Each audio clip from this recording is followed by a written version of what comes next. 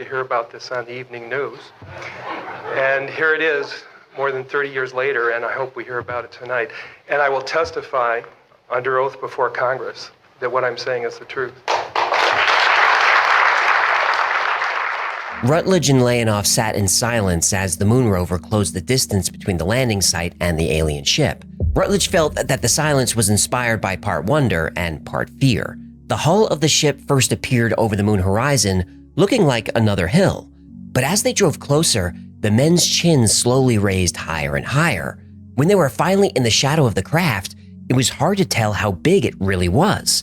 Unsure of the ground underneath, they decided to park the rover about 800 feet from the craft and travel the rest of the way on foot. Rutledge and Leonov chatted amiably on the walk, but the closer they got to the ship, the quieter they got. It was massive and awe-inspiring. The ship was over 300 feet high, the length of a football field, and as high as a 30-story building, and just as wide. The length of the ship seemed to go on forever. They knew the ship was 2 miles long, but that's just a number until you're right on top of it. The first thing we noticed was how old the ship was. Having been on the moon for over 1 billion years, it almost looked like part of the landscape. The hull of the vessel was coated in moon dust, the powder that turned everything here gray.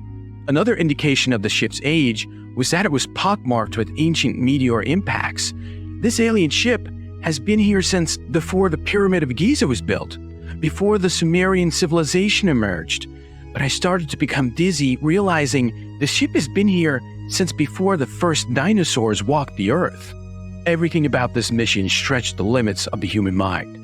It was too big to comprehend, too old to comprehend. Here I was, walking on the surface of the moon, having traveled here in a rocket, the pinnacle of human technological achievement. And yet, in the shadow of this ancient relic that somehow made its way here from a distant star 1,000 millennia ago, I felt like little more than a caveman.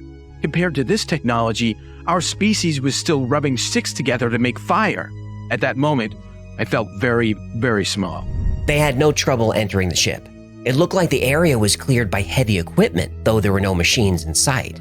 The exterior of the ship was covered with impacts, strange shapes, and markings, but the interior walls were perfectly smooth.